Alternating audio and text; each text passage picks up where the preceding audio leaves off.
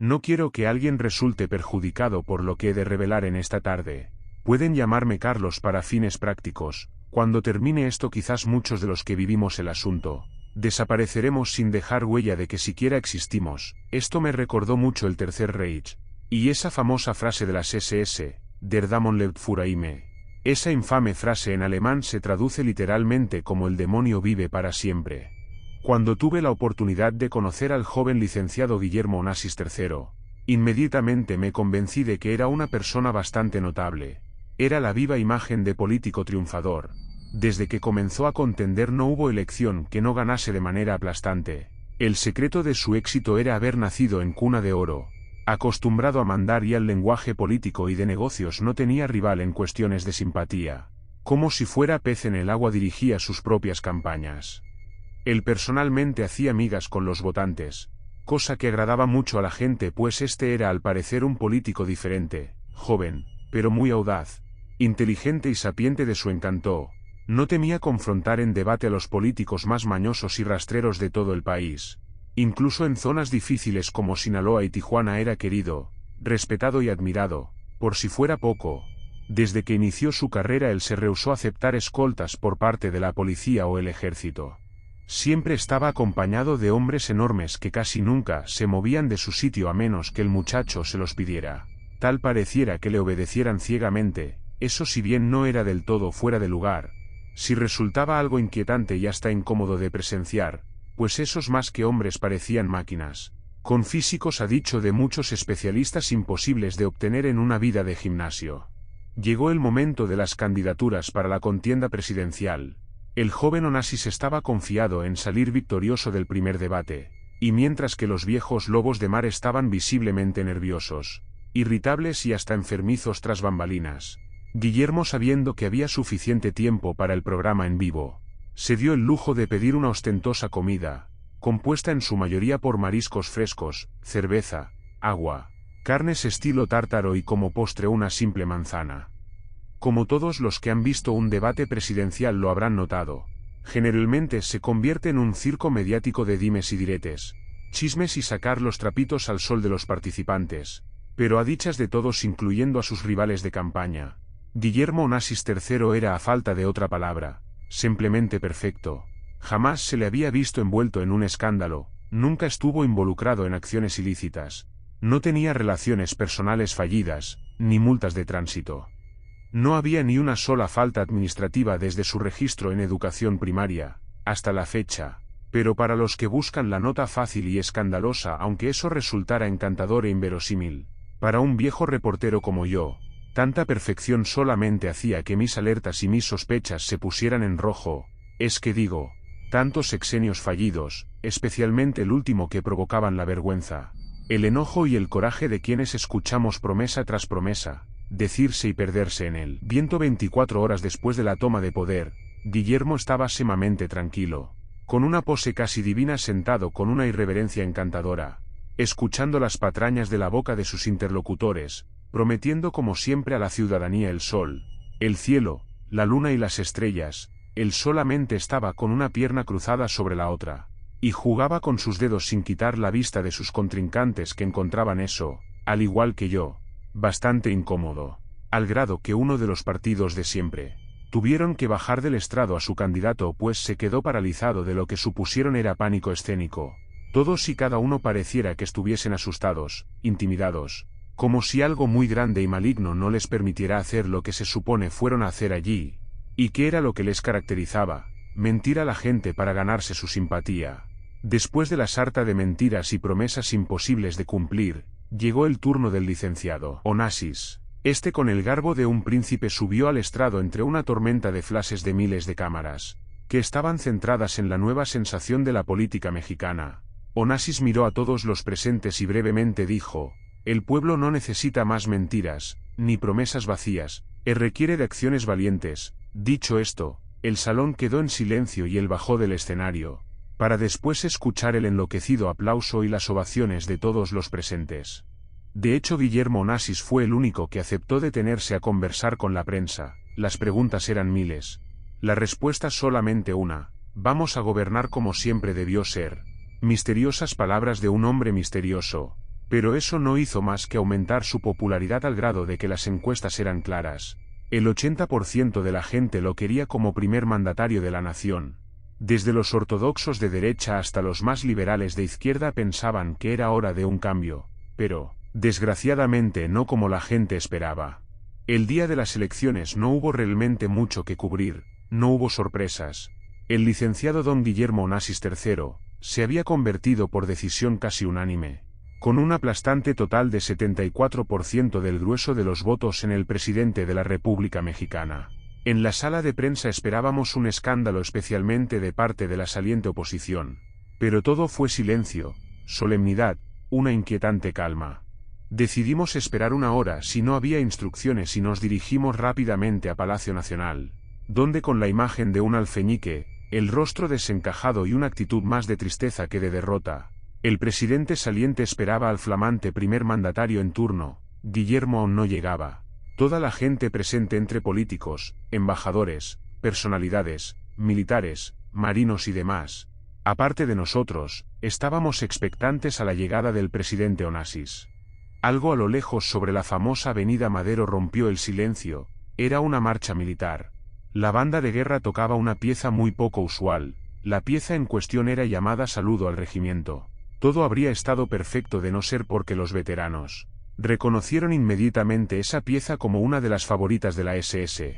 Cuando invadieron Europa en la Segunda Guerra, el embajador de Polonia lo tomó como un verdadero insulto y decidió retirarse con todo su séquito. Por si esto no fuera ya de por sí extraño, Guillermo venía delante y al centro de la procesión marcial, como si de un emperador al entrar triunfante a su nueva conquista se tratase, sin mencionar sus vestimentas. Este portaba un uniforme negro de gran gala, pero no pertenecía a ninguna dependencia militar conocida ni de México ni de ninguna nación conocida. Eso sí, ostentaba las 5 estrellas y el escudo nacional en su gorra como lo marca el canon militar.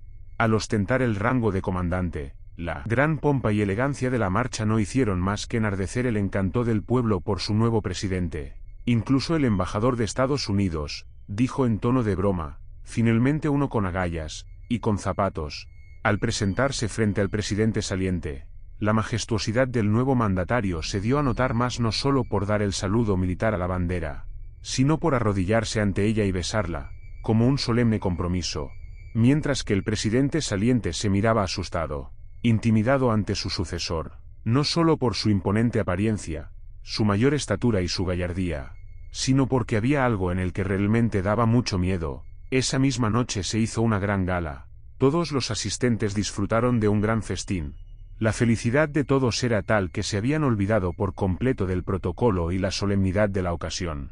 La mañana siguiente todos esperaban una conferencia de prensa, y puntualmente el señor presidente ya nos estaba esperando sentado cómodamente en una silla similar a la de su despacho. A diferencia de otros mandatarios, él nos pidió ponernos cómodos y lanzar las preguntas. Hubo orden, eso sí, bastante ameno todo. Todos esperábamos la serie de promesas, pero él nos sorprendió. En primer lugar, llamando a cuartel a todos los policías y militares en activo. Eso era algo extraño, pero tenía sus motivos. Al preguntarle si iría a la basílica a agradecer, él se manifestó abiertamente, prácticamente de otra religión que posteriormente explicaría, y se abocó a girar órdenes en el momento, algo que ningún otro presidente había hecho jamás. En las calles la gente estaba encantada, admiraban la forma de ser de su nuevo Tlatoani, y este parecía entender completamente las necesidades de su pueblo. Si bien al primer día ordenó expropiar tierras que habían invadido para construir mansiones u hoteles y creó refugios para animales, orfanatos, hospitales, centros de atención especializados, programas para mujeres, adultos mayores, infantes vulnerables, hasta el hecho de derogar ciertas cosas que todos considerábamos fugas millonarias de dinero, entre ellas cortar a la mitad la Cámara de Senadores y Diputados, dar más facultades al Poder Judicial de la Federación y pedir estipular más beneficios al pueblo en la Constitución. Llámenme paranoico las veces que quieran, pero yo recuerdo las historias de mi abuelo, cuando entraron a los campos de concentración y todos los horrores que presenciaron y vivieron. Mi intuición no me ha fallado y cuando siento que hay gato encerrado es por una razón muy poderosa, pero al parecer, Guillermo siempre se me adelantaba un paso, pues antes de dar una queja o abrir la boca para decir mis sospechas, Él ya había hecho una acción rayando en lo heroico. La policía y el ejército se consolidaron en una sola Guardia Nacional perfectamente capaz, con uniformes en negro para los mandos y un elegante gris oscuro para las tropas. Actuaban como hormigas en perfecta coordinación, en armonía. Eso era inquietante, daba mucho miedo. Sobre todo verlos en acción. Un enfrentamiento en el norte del país fue la prueba de fuego de que nuestro presidente no metía, ni haría tratos con la delincuencia. No reparamos en ello, pero el secretario de la Defensa y el de Marina, así como el comandante de la Fuerza Aérea, usaban un uniforme idéntico al del presidente. Guillermo dio la orden: quiero las cabezas de todos los líderes de los carteles para mañana. Mostró las fotografías de los más buscados por la CIA, el FBI, la Interpol y la Mossad de Israel. Pensamos que se trataba de una estrategia para ver que realmente algo se estaba haciendo, pero los corresponsales de prensa en los estados corroboraron la noticia. Relativamente llegaron, ubicaron y destrozaron a los carteles como si nada. No hubo oposición de su parte. No hubo prisioneros ni curiosamente alguien quiso testificar a derechos humanos pro abuso de autoridad. En televisión abierta y sin el menor pudor, presentaron las zaleas, porque no se puede definir de otra manera. Solamente eran pellejos colgando de carne y huesos destrozados y aplastados con una saña inaudita. Pusieron los restos al pie de la fotografía del delincuente en cuestión. Además de todos los objetos con los que supuestamente trataron de defenderse, y poseían al momento de la emboscada, era ridículo. El estado de los cuerpos indicaba que ni siquiera se enteraron de que las Fuerzas Armadas estaban presentes. O al menos eso parecía, pero los vídeos mostraban otra cosa. Los delincuentes iniciaron el ataque ante la justa y anticipada advertencia de las autoridades. Había sido una pelea justa. Lo más impresionante era que no había ni una sola baja ni siquiera un herido del lado de la guardia. Al arribar el presidente al hangar presidente Juárez, simplemente respondió: las promesas no sirven si no son respaldadas con hechos, y se retiró seguido de sus enormes guardaespaldas. Lógicamente esto llamó poderosamente la atención de las Naciones Unidas, al grado de mostrar su preocupación debido a la gran cantidad de décadas que presidentes anteriores destacaron sobre todo que era casi imposible el dar con todos y cada uno de los miembros de carteles delincuenciales en el país.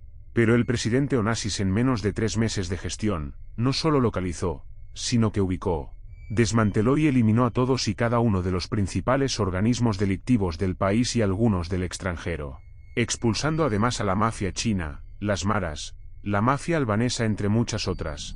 Al cuestionarle sobre la observación de los derechos humanos, Guillermo Onassis se levantó y respetuosamente se quitó su inseparable gorra militar: señores, yo soy la sangre de todos mis hermanos caídos, de todos los inocentes que se perdieron durante el régimen de terror de esos capos, y la ineptitud e incompetencia de quienes no merecen llamarse presidentes solamente, no merecen llamarse seres humanos. Mi pueblo sufría y perecía. ¿Qué debía hacer?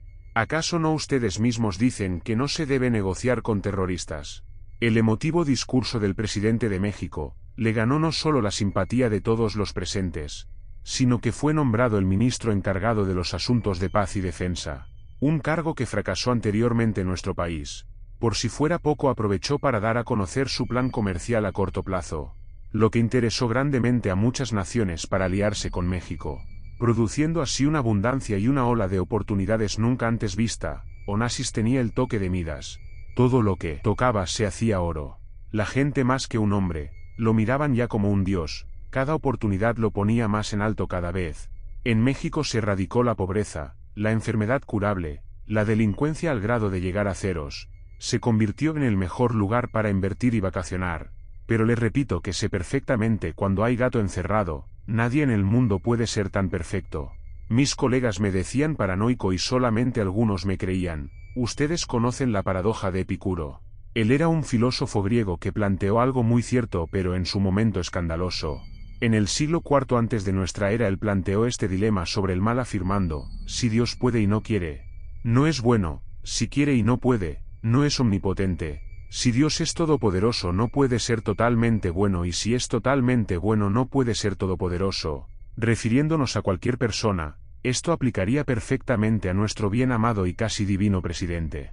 La incógnita ahora era descubrir qué tan divino y qué tan humano era realmente la persona que se había vuelto la celebridad más aclamada y el centro de atención de todo el mundo. México llegó a rebasar primero a Japón. Brasil, Estados Unidos, Rusia, y finalmente a China. Se había convertido en la primera potencia mundial a niveles generales, tenían el mejor ejército, fuerza aérea, marina totalmente equipados con tecnología vanguardista y que opacaba cualquier otra nación. Por si fuera poco, llegó a lo que muchos temían que pasara. Poseer el mejor y más poderoso sistema de defensa nuclear jamás visto. Desaparecieron instituciones que eran tradicionales en México como la petrolera, las comunicaciones.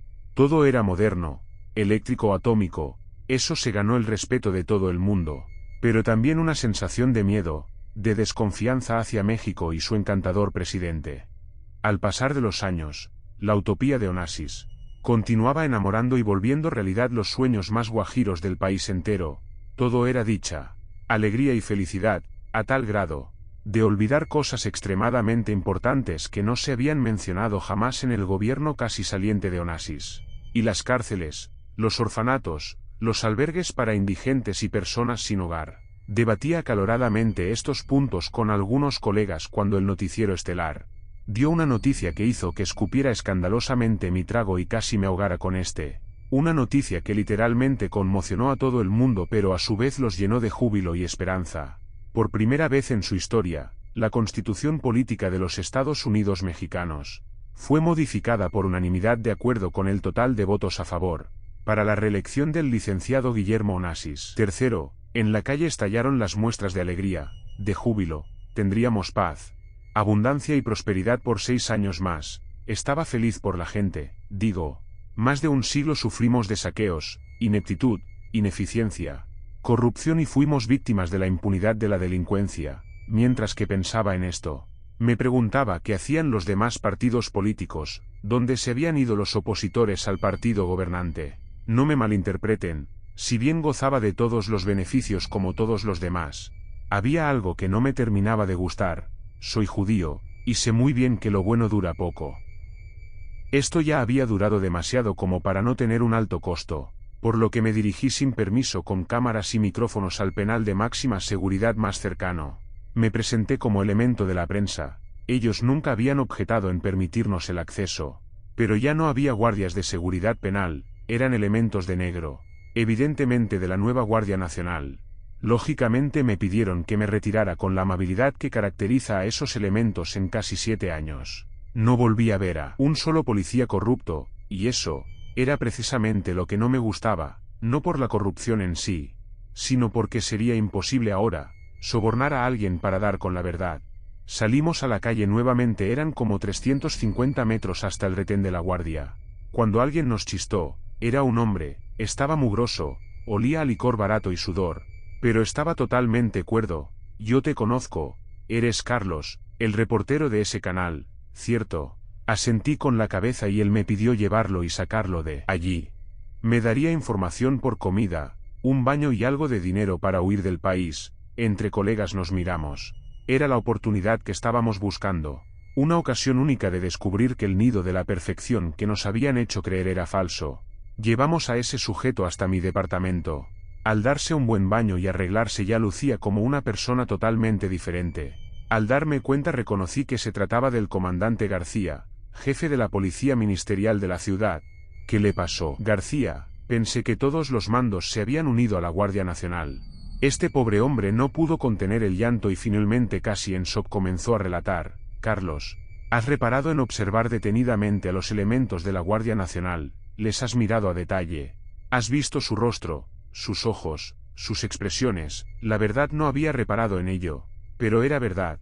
No recuerdo en estos últimos años el haber visto detenidamente los rasgos faciales de los oficiales que custodian el orden. Bendito sea el alcoholismo, güey. Eso me salvó la maldita vida. Y nuevamente se soltó a llorar.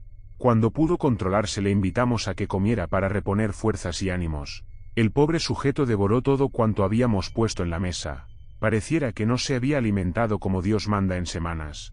Pero de su propia voz nos dijo que se ocultó por años y merodeaba para encontrar sobras de comida en la basura, esperando la oportunidad de dar con alguien que le creyera.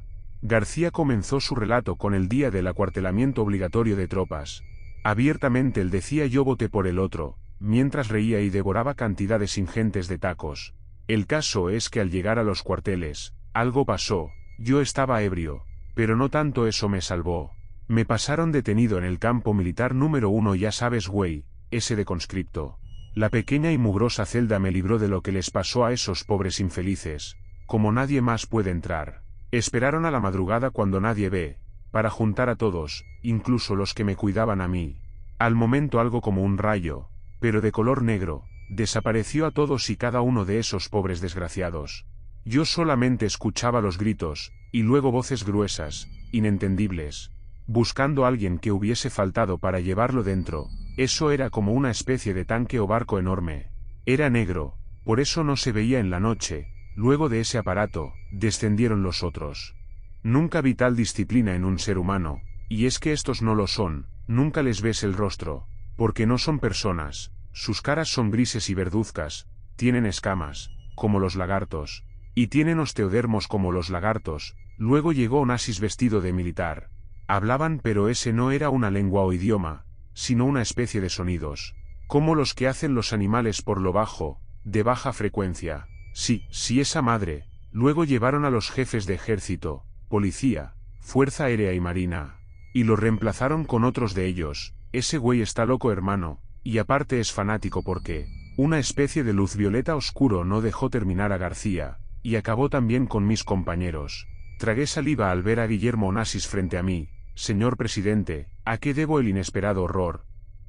Dije sarcásticamente, como es mi maldita costumbre. El mandatario solamente atinó a decir: ven, necesito que veas algo. Como le dije a los miembros de la ONU, comenzó el dictador, yo soy la sangre de los caídos en acción. Los que el gobierno de esos inútiles dejó morir y olvido en la sierra negándoles el honor de ser llamados héroes. He traído la abundancia, el orden, la justicia y la paz a mi imperio. Te he venido observando, Carlos, y sé perfectamente qué piensas de mí, y tienes razón. Mi sagrado destino y el orden de mi intachable moral es el deseo de extirpar la impureza de la humanidad. Llamémosle pureza de razas por convicción, lo interrumpí preguntando. ¿Por convicción o por diversión, señor presidente? No te confundas, amigo, te repito que mi lucha es mi religión. Y mi voz el miedo en persona.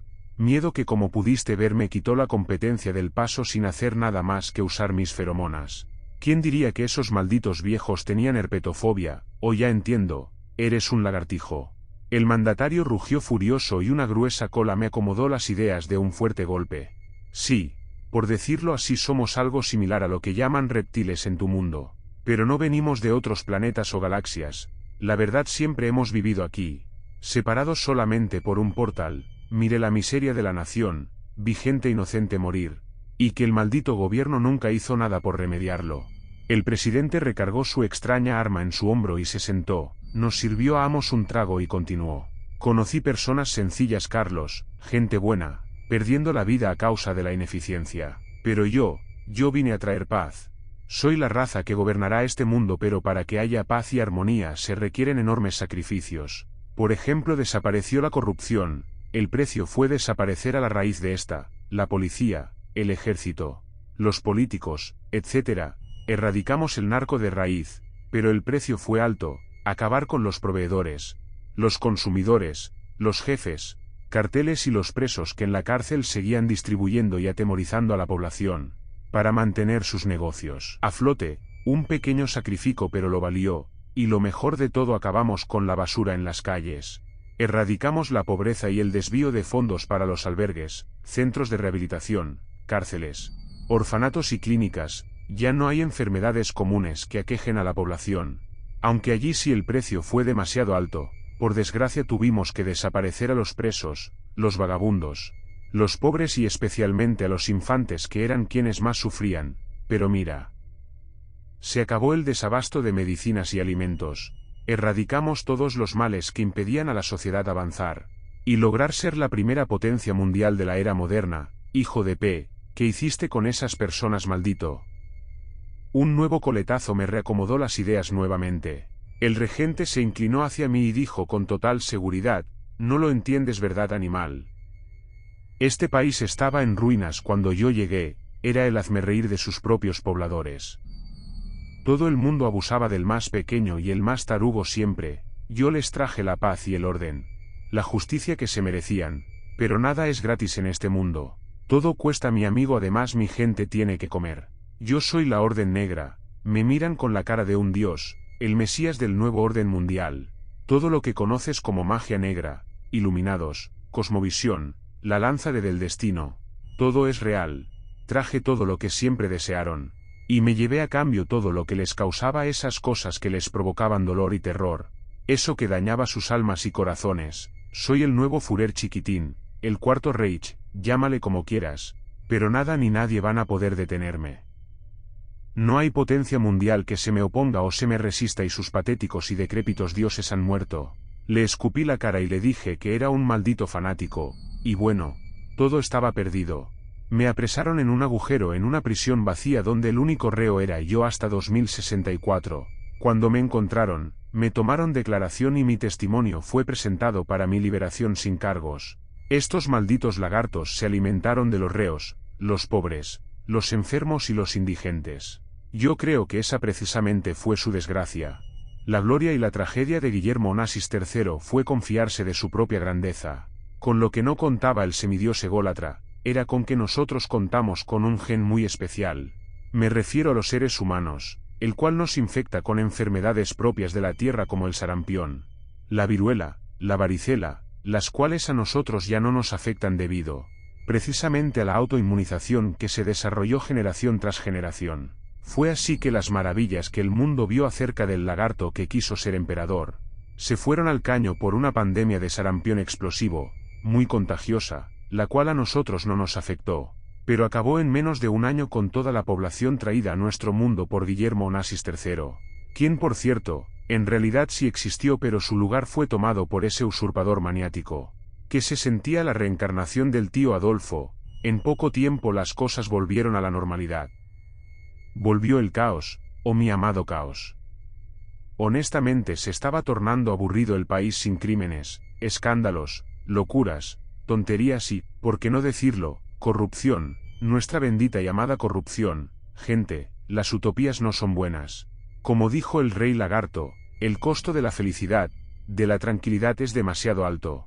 Desgraciadamente no se puede honrar a los perdidos en acción pues la cifra y los datos son imposibles de cuantificar. No se pudieron calcular las cifras exactas de las pérdidas humanas que tuvimos. Lamentablemente tuvimos que pasar por una dictadura espantosa y una invasión de otro mundo para darnos cuenta de que siempre ignoramos lo más importante de esta vida, la amistad, la camaradería y la empatía hacia los demás, reportó Carlos. Saludos y buenas noches, donde quiera que estén.